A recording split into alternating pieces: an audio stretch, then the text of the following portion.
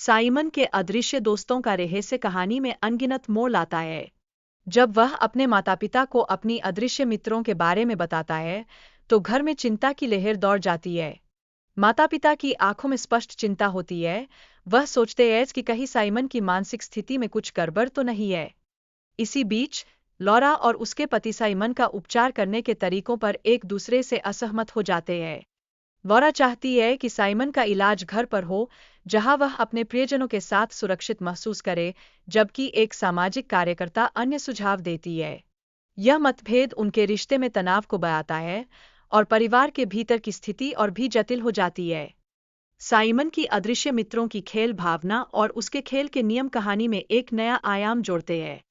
ये अदृश्य दोस्त साइमन को एक ऐसे खेल में लिप्त करते हैं जो उसे अपने खोए हुए सामान को खोजने का एक अनूठा अवसर प्रदान करता है।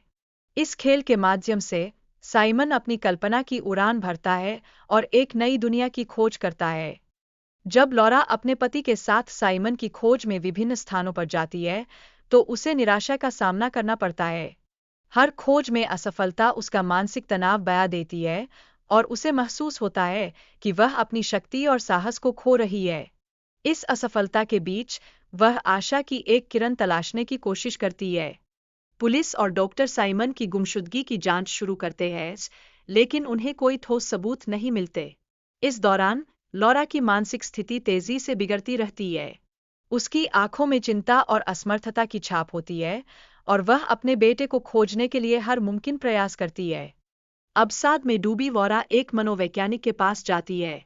मनोवैज्ञानिक उसे एक पैरानॉर्मल जांचकर्ता से मिलने की सलाह देता है, जो उसे अपने बेटे के बारे में कुछ जानकारी प्राप्त करने में मदद कर सकता है।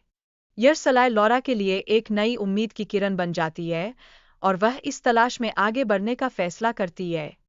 लॉरा की यात्रा के दौरान उसे अपने मित्रों और मातृत्व के माध्यम से आत्माओं के साथ जुड़ने की शक्ति का एहसास होता है। यह एक भावनात्मक यात्रा होती है जिसमें वह अपने बेटे के साथ फिर से संपर्क स्थापित करने की कोशिश करती है। इसमें उसके प्यार और समर्पण की गहराई को दर्शाते हुए कई भावनाओं का अनुभव होता है। सामाजिक कार्यकर्ता की कहानी भी इस दौरान सामने आती है, जो यह दिखाती है कि कैसे बच्चों के प्रति प्रतिशोध ने उन्हें बर्बाद किया। यह एक चेतावनी का संकेत है कि कैसे हमें बच्चों की भावनाओं को समझना और उनकी रक्षा करना चाहिए, ताकि उनका भविष्य सुरक्षित रह सके। अंत में लॉरा की मृत्यु के बाद वह अपने बेटे साइमन के साथ आत्माओं की दुनिया में मिलती है। इस मिलन के साथ एक अप्रत्याशित सुख का अनुभव होता है, जहां वह अपने बेटे के साथ फिर से जुड़ जाती है। यह एक स्वप्निल अंत है, जो एक माँ की प्रेम कथा को दर्शाता है, जो कभी खत्म नहीं होती।